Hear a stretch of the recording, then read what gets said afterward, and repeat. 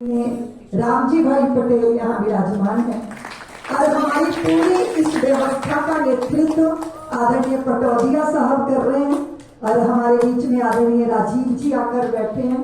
भैया जी के मार्गदर्शन में तो चुपचाप परम शक्ति पीठ ने इतना बड़ा वट वृक्ष बन गए, क्योंकि वो मुखर नहीं है, बोलते नहीं है, और उनके समर्थन में ही संस्था को इतनी गहराई भी दी और संस्था को ऊंचाई भी दी।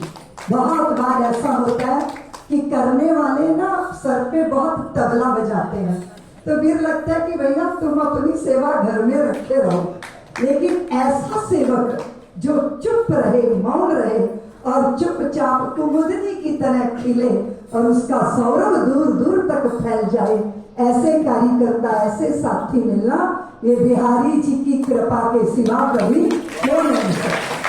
तो मैं आपको एक कहानी सुनाती हूँ, सुनोगी? कहानी ये है कि एक व्यक्तियों की जो संचित पूंजी होती है उसके कारण हमें भारत माता के गोद में और कोख में जन्म लेने का अवसर मिलता है। तो मैं अपने आदरणीय देवकीनंद जिंदल जी, उनके भाई हमारे डॉक्टर श्याम अग्रवाल, मैं कल उनको फोन करके कह रही थी कि आप नहीं आए तो बहुत रौनक है, लेकिन फिर भी कुछ सूनापन लगता है। लेकिन हमें संतोष है कि आदरणीय डॉक्टर श्याम अग्रवाल जी ने अपनी अगली पीढ़ी इस सेवा के लिए समर्पित कर दी है। वो चाहे हमारे डॉक्टर सौरभ हैं, वो हमारे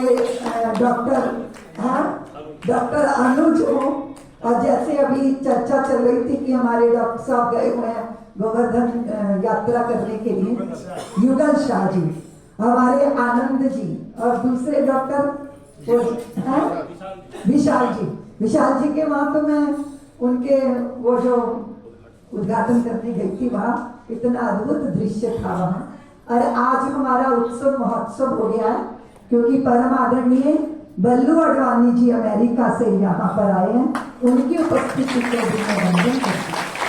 हमारे पूरे परम शक्ति पीठ के बीज को जिन्होंने अमेरिका की धरती। कहाँ से आई हो अम्मा? जा बने थे।